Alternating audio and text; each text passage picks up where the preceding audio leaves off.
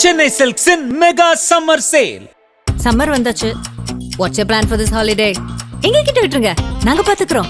GT Holidays, South India's #1 travel brand. Periyar Maniammai Institute of Science and Technology, Tanjavur. BTech Biotechnology with specialization in computer science and biology. You said 52 alphabets in Sanskrit, one of the finest language in the world. Yes, Bala. Similarly, Tamil has 247. Yes, Bala. Yes. So don't go into all those areas.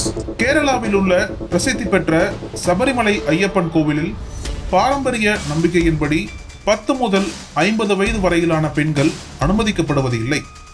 இந்த வழக்கத்தை எதிர்த்து உச்சநீதிமன்றத்தில் சிலர் வழக்கு தொடர்ந்தனர்.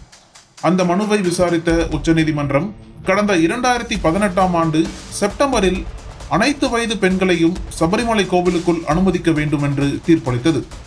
இந்த தீர்ப்புக்கு எதிராக பல்வேறு தரப்பினரும் மறுபரிசீலனை மனுக்களை தாக்கல் செய்தனர். இந்த விவகாரம் பெரும் சர்ச்சையை ஏற்படுத்தியதால் 2019ஆம் ஆண்டு உச்சநீதிமன்றம் இந்த வழக்கை 7 முக்கிய அரசியல் சாசன கேள்விகளுடன் பெரிய அமர்வுக்கு மாற்றியது. தற்போது இந்த வழக்கு 9 நீதிபதிகள் கொண்ட அரசியல் சாசன அமர்வு முன்பு விசாரிக்கப்பட்டு வருகிறது. அந்த வகையில் இந்த வழக்கு உச்சநீதிமன்ற தலைமை நீதிபதி சூரியகாந்த் தலைமையிலான 9 நீதிபதிகள் அமர்வு முன்பு ஏப்ரல் 28ஆம் தேதியன்று 9வது நாள் விசாரணைக்கு வந்தது. இந்த அமர்வில் நீதிபதிகள் BV Nagarathna, MM Sundaresh, Ahsanuddin Amanullah, Aravind Kumar, Augustine George Masih, Prasanna P வர்லே, R Mahadevan, Joymalya Bagchi ஆகியோர் இடம்பெற்றுள்ளனர். விசாரணையின் போது பாஜக சார்பு வழக்கறிஞர் அஸ்வினி உபாத்யாய் வாதிடுகையில் ஆங்கில மொழியில் 26 எழுத்துக்கள் மட்டுமே இருக்கிறது.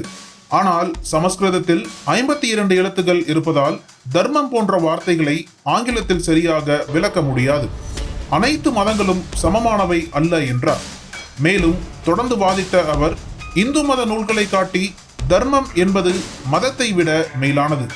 கடந்த 2000 ஆண்டுகளில் பாரதம் மத மோதல்களால் 25 துண்டுகளாக பிரிக்கப்பட்டது.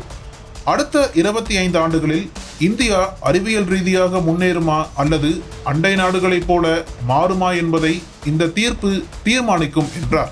இது நீதிபதிகளிடையே பெரும் ஆத்திரத்தை ஏற்படுத்தியது.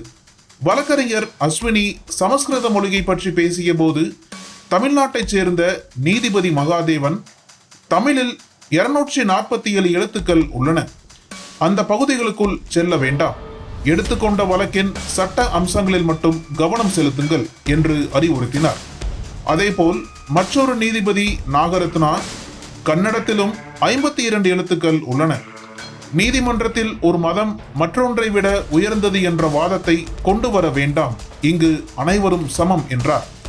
அதனைத் தொடர்ந்து அமர்வில் இடம்பெற்ற நீதிபதி சுந்தரேஷ் மற்றும் நீதிபதி அமானுல்லா, தயவு செய்து இதேபோல் வாதாடாதீர்கள், வழக்கின் நோக்கத்தை புரிந்து கொண்டு பேசும்படி அறிவுறுத்தினர்.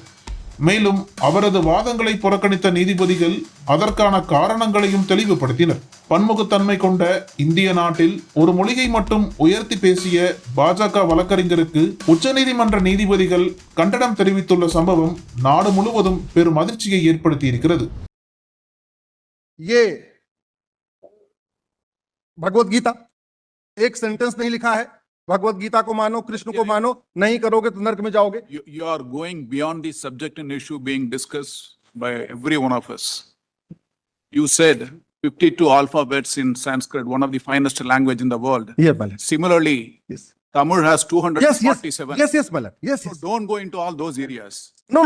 What I am. Confine yourself to the point in issue. Nakkheeran டிவிக்கு சப்ஸ்கிரைப் செய்யுங்கள். உங்கள் ஆதரவே எங்கள் பலம். ஆசிரியர்களுக்கு நண்பனாகவும் மாணவர்களுக்கு ஆசானாகவும் திகழும் தேர்வு வழிகாட்டி. ஒவ்வொரு பாடத்திற்கும் அனுபவமிக்க ஆசிரியர்களின் துல்லியமான தெளிவான விடைகள். CNC இருக்கு, தேர்வு பயம் எதற்கு? இது தீரன் பப்ளிஷிங் ஹவுஸ் விற்பனை வெளியீடு.